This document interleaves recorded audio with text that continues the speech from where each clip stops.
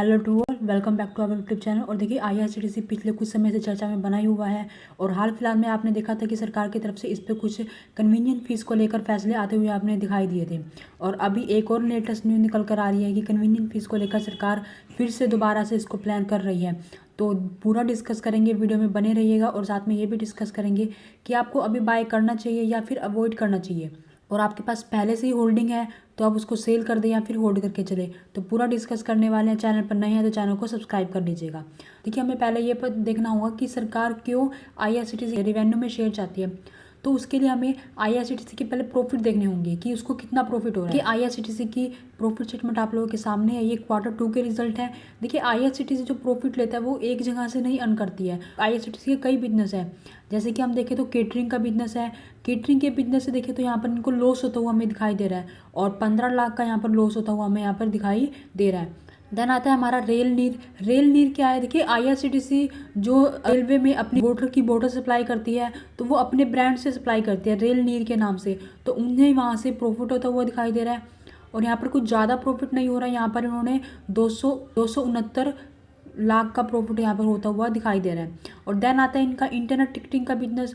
Internet ticketing के business से इन्हें यहाँ पर 22 करोड़ का प्रॉफिट होता हुआ दिखाई दे रहा है। और टूरिज्म के बिजनेस से बात करें तो इनको 2 करोड़ का लॉस होता हुआ यहाँ पर दिखाई दे रहा है। तो अगर कुल मिलाकर बात करें तो आईआरसीटीसी सिर्फ इंटरनेट टिकटिंग के भरोसे ही चलता हुआ हमें यहाँ पर दिखाई दे रहा है और उसी के कारण ये अच्छा खासा रिवेन्यू जनरेट करता हुआ हमें यहाँ पर दिखाई दे रहा है। बात करते हैं कि कन्वीनियंट फीस क्या होती है। देखिए, जब हम इंटरनेट टिकटिंग की बात करते हैं, जब हम इंटरनेट के थ्रू टिकट बुकिंग करवाते हैं तो हमें कन्वीनियंट फीस चार्ज करनी पड़ती है, जो कि नॉन एसी डिपार्टमेंट के लिए 15 रुपये चार्ज की जाती है और जो एसी डिपार्टमेंट है उसके लिए यहाँ पर 30 रुपये चार्ज किए जाते हैं।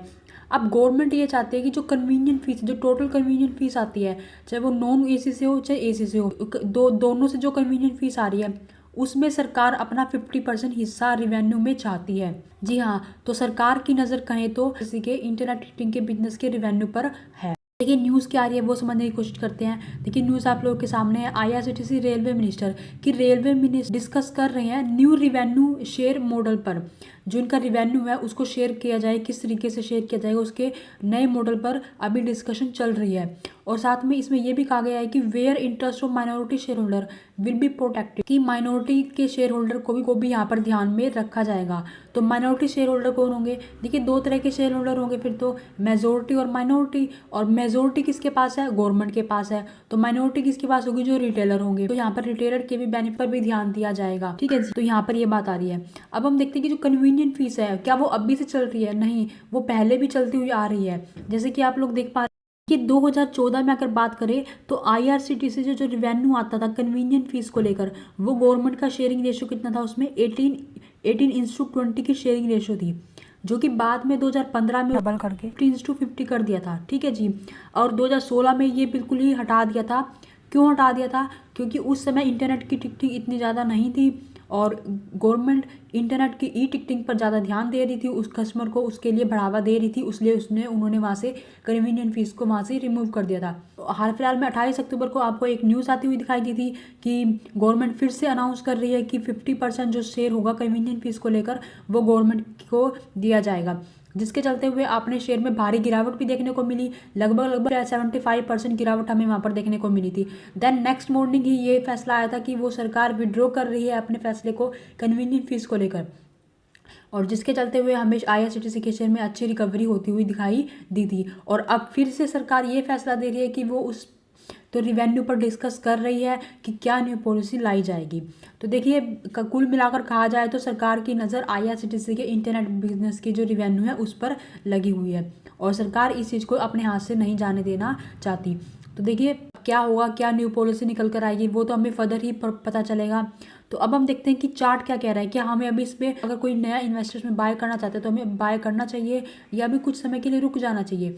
अगर आपके पास पहले से ही होल्डिंग है तो हमें क्या करना चाहिए? देखिए, चार्ट आप लोगों के सामने आईआरसीटीसी ने अच्छा हाई बनाया था, उसके बाद इसमें कुछ गिरावट देखने को मिली और जो 29 अक्टूबर को एक अच्छी खासी गिरावट हमें देखने को पड़ी 75% की, वो उसी न्यूज़ के चलते हुए हमें देखने को मिली थी, जो उसने 600 के आसपास का लो बना दिया था। और न्यूज़ के विड्रॉ के बाद ही, कन्वीनियंट फीस के फैसले को विड्रॉ के बाद इसमें हमें रिकवरी देखने को मिली थी।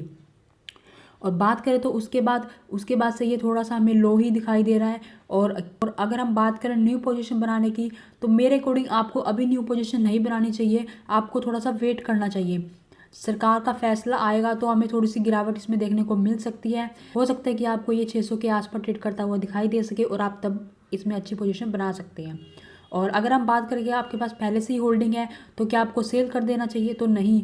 आपके पास पहले से होल्डिंग है तो आपको उसको होल्ड करके चलना चाहिए, क्योंकि देखिए कि न्यूज़ का इम्पैक्ट शेयर पर जरूर पड़ता है, वो इम्पैक्ट जस्ट सिर्फ सेम डे के लिए होता है। और बिकॉज स्टॉक को जाना ही ऊपर है, और अगर कंपनी अच्छा वर्क कर रही है तो वो उसको रिकवर इजिली कर लेती है। और यहाँ पर IRCTC को आप जानते ही है, अच्छा रिवेन्यू होता हुआ दिखाई दे रहा है, तो अच्छी ग्रोइंग कंपनी है, मोनोपोली कंपनी है, तो डेफिनेटली आने वाले समय में आपको बेहतर करती हुई दिखाई देगी।